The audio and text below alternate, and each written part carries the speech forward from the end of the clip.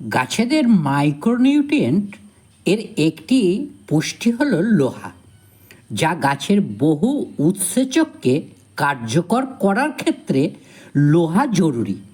এটি গাছেদের ক্লোরোফিল সংশ্লেষে অনুঘটকের কাজ করে। উদ্ভিদের নবগঠিত অঙ্গগুলির জন্য এটি খুবই জরুরি। এই লোহার অভাবে পাতা বিবর্ণ হয়ে যায়, পরবর্তীতে পাতার রং হলুদ হয়ে যায় ও গাছের শিরা বড় হয়ে যায়। লোহা মাটি থেকে খুব সহজেই বেরিয়ে গিয়ে মাটির একেবারে নিচের অংশে সঞ্চিত থাকে।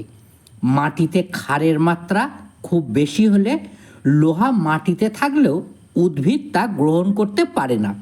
লোহাসহ অম্ল দ্রবণের প্রয়োগ এই সমস্যা মেটাতে পারে, তাই প্রতি মাসে চায়ের লিকার খুবই জরুরি।